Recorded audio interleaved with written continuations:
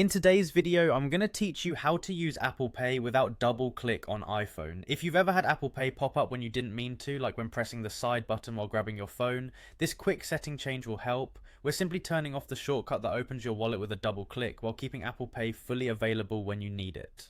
Open settings on your iPhone. Look for the grey gear icon on your home screen or in the app library. If you can't spot it quickly, pull down on the home screen and search for settings to jump right in.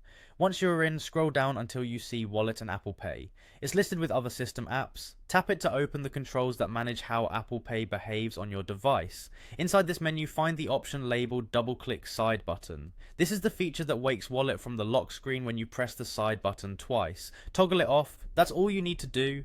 From now on, double clicking the side button will no longer launch Wallet or prompt Apple Pay, which means fewer accidental pop-ups when you're not trying to pay.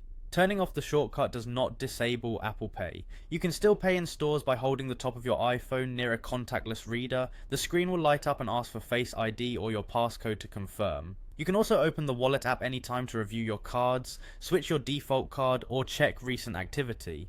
Everything works as before, you're just choosing when Wallet appears. After you toggle the setting, press the side button twice to confirm Wallet no longer launches. If you miss the shortcut later, come back to the same place and turn it back on. This adjustment only affects your iPhone, not any paired watch, and it doesn't change Apple Cash, transit cards, or notifications in your wallet. It's simply about preventing the side button from opening Wallet automatically. To recap, you opened Settings, went to Wallet and Apple Pay, and turned off double-click side button. It's a small tweak that reduces accidental wallet prompts and gives you more control over when Apple Pay shows up, without changing how you pay when you actually want to use it. Thanks for watching and enjoy a cleaner, more intentional Apple Pay experience on your iPhone.